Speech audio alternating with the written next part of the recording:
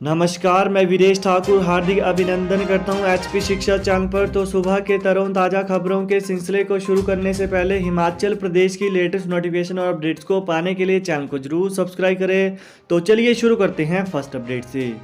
बागवानी सेब के अच्छे दाम के लिए अड़ गई दो बहनें, बोली बच्चे भी पालने हैं।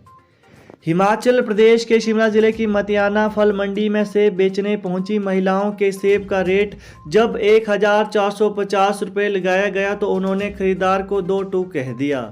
हमें बच्चे भी पालने हैं, सही रेट दे दो, सेब की क्वालिटी देखो, कोई रेस्टिंग नहीं है। खरीदार बोला माल में चीटा ओले के निशान है। महिला बोली थोड़ा तो होगा ही, बड़े पेड़ में जाली के बाहर लग जाता है। वेट कलर में कोई कमी है तो बोलो। खरीदार बोला सेब नहीं बिकता मैडम, वक्त बिकता है, आजकल यही मार्केट है। महिला बोली हमें पता है कि ये सेब जब स्टोर से निकलेगा तो 250 रुपये में बिकेगा। इंटरनेट का ज़माना है, हम सब देखते हैं। खरीदार रेट 1475 रुपये कर देता है। महिलाएं 1500 रुपये पर अड़ी रहती हैं। जिद के आगे खरीदार 1500 रुपये देने को राजी हो जाता है। वहीं पेटी का वजन करीब 28 किलोग्राम था। सड़कों का काम लटकाने पर ठेकेदार को 2.90 करोड़ का जुर्माना। हिमाचल प्रदेश के चंबा जिले में किसी सरकारी विभाग ने काम में लेट लतीफ़ी करने वाले ठेकेदार को 2 करोड़ 90 लाख रुपए का जुर्माना ठोका है।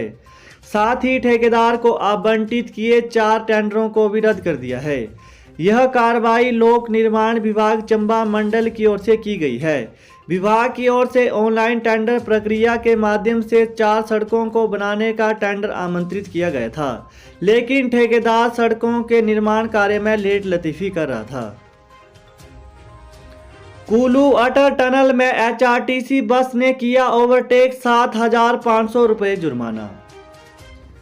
अटल टनल रोहतांग होकर लाहौल जा रही हिमाचल पथ परिवहन निगम एचआरटीसी बस ने सुरंग के अंदर ओवरटेक कर दिया। हालांकि बस के आगे चल रहा ट्रक बस चालक को आगे निकलने का सिग्नल दे रहा था।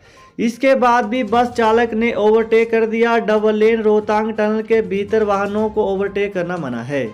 इससे किसी तरह का नुकसान नहीं हुआ है। इसका वीडियो सोशल मीडिया पर भी वायरल हो रहा है। एचपीयू शिमला की ईसी और कोर्ट सदस्य चुनाव में कांग्रेस माकपा का परचम। हिमाचल प्रदेश विश्वविद्यालय की कार्यकारी परिषद ईसी और विश्वविद्यालय कोर्ट सदस्य के बुधवार को हुए चुनाव में कांग्रेस माकपा विचारधारा के कर्मचारियों ने जीत हासिल कर परचम फहराया। चुनाव में ईसी सदस्य के पद पर कांग्रेस और माकपा गठबंधन की ओर से मैदान में उतरी राजकुमारी ने 21 मतों से जीत दर्ज की है। विचारधारा के रामलाल ने 51 मतों से चुनाव जीता। बुधवार को शाम 5:15 पर विश्वविद्यालय के कुल सचिव सुनील शर्मा ने नतीजों की विधिवत घोषणा की है। चुनाव में 851 में से 728 मतदाताओं ने वोट डाले। ईसी सदस्य के पद पर विजय रही राजकुमारी को 367 मत पड़े, जबकि भाजपा विचारधारा के कर्मचारियों की ओर से मैदान में उतारे गए विपिन कुमार को 346 मत पड़े।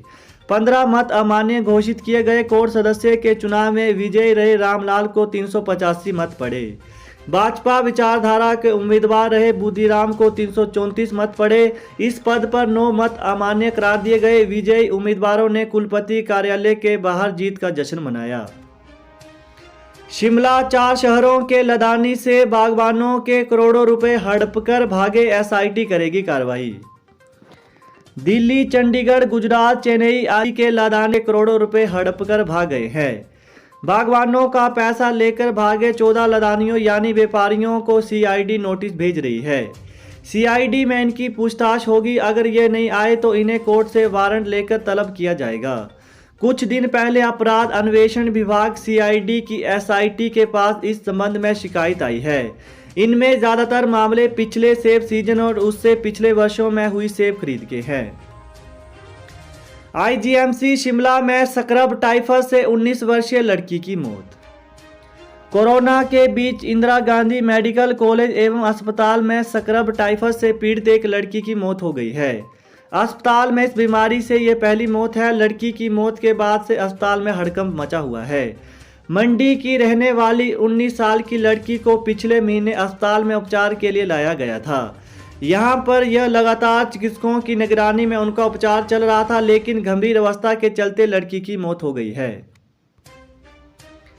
कृषि हिमाचल में 215 रुपये क्विंटल बिकेगा गेहूं, जाने अन्य फसलों का खरीद मूल्य।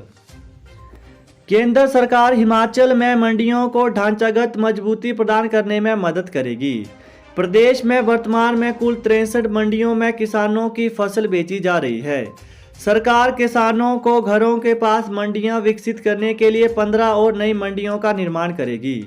हिमाचल के किसानों को वर्ष 2022-23 के लिए गेहूं खरीद मूल्य पहले 1975 प्रति क्विंटल था, जो अब 40 रुपये बढ़ाकर 2015 रुपये हो गया है। इसी तरह से पहले चना 5100 रुपये प्रति क्विंटल था और यह 130 रुपये बढ़ने के बाद अब 5230 रुपये हो गया है।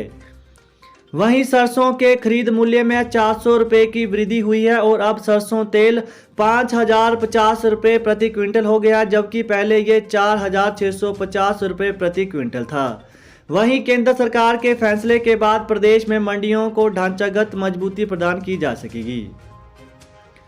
कोरोना हिमाचल में 4 और संक्रमितों की मौत, 146 नए पॉजिटिव, जानने सक्रिय केस। हिमाचल प्रदेश में बुधवार को 4 और कोरोना पॉजिटिव मरीजों की मौत हो गई। इनमें कांगड़ा जिले में 74 वर्षीय बुजुर्ग, मंडी में 56 वर्षीय पुरुष, चंबा में 62 वर्षीय महिला और हमीरपुर में 55 वर्षीय महिला ने दम तोड़ दिया। उधर प्रदेश में कोरोना के 146 नए मामले सामने आए हैं। प्रदेश में कोरोना मृतकों का आंकड़ा 3606 पहुंच गया है। इसके अलावा बात करें तो बीते 24 घंटों के दौरान 138 मरीज ठीक हुए हैं और कोरोना की जांच के लिए 9972 लोगों के सैंपल लिए गए। HPU स्थाई से शुरू होंगी बीएड और एमएड की परीक्षाएं। हिमाचल प्रदेश विश्वविद्यालय की बीएड और एमएड की परीक्षाओं का शेड्यूल जारी हो गया है। शेड्यूल विश्वविद्यालय की वेबसाइट पर अपलोड कर दिया गया है। शेड्यूल के अनुसार बीएड की परीक्षाएं 27 सितंबर से 22 अक्टूबर तक चलेंगी, जबकि एमएड कोर्स की परीक्षाएं 27 सितंबर से शुरू होकर 6 अक्टूबर तक आयोजित की जाएंगी। वहीं हिमाचल प्रदेश स्कूल शिक्षा बोर्ड धर्मशाला में गुरुवार सुबह 11 बजे राष्ट्रीय शिक्षा नीति 2020 परीक्षा एवं मूल्यांकन पर संगोष्ठी का आयोजन किया जाएगा। हिमाचल के 1.9 लाख विद्यार्थियों को 15 से मिलेगी जेईई और नीट की कोचिंग। हिमाचल प्रदेश के सरकारी स्कूलों में 1.9 लाख विद्यार्थियों को 15 सितंबर से इंजीनियरिंग, जेईई और मेडिकल नीट की कोचिंग मिलेगी।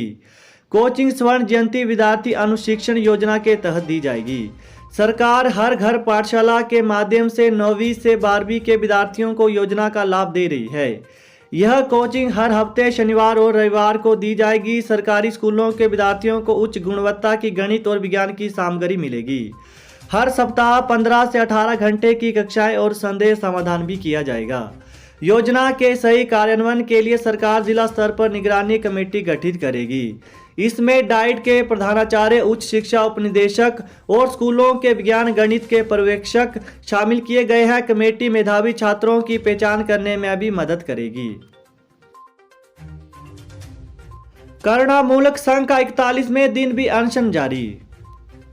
हिमाचल प्रदेश करुणा मूलक संघ ने विभिन्न विभाग निगमों में लंबित पड़े करुणा मूलक आधार पर दी जाने वाली नौकरियों की नियुक्तियों का एक साथ बहाल करने की मांग उठाई है।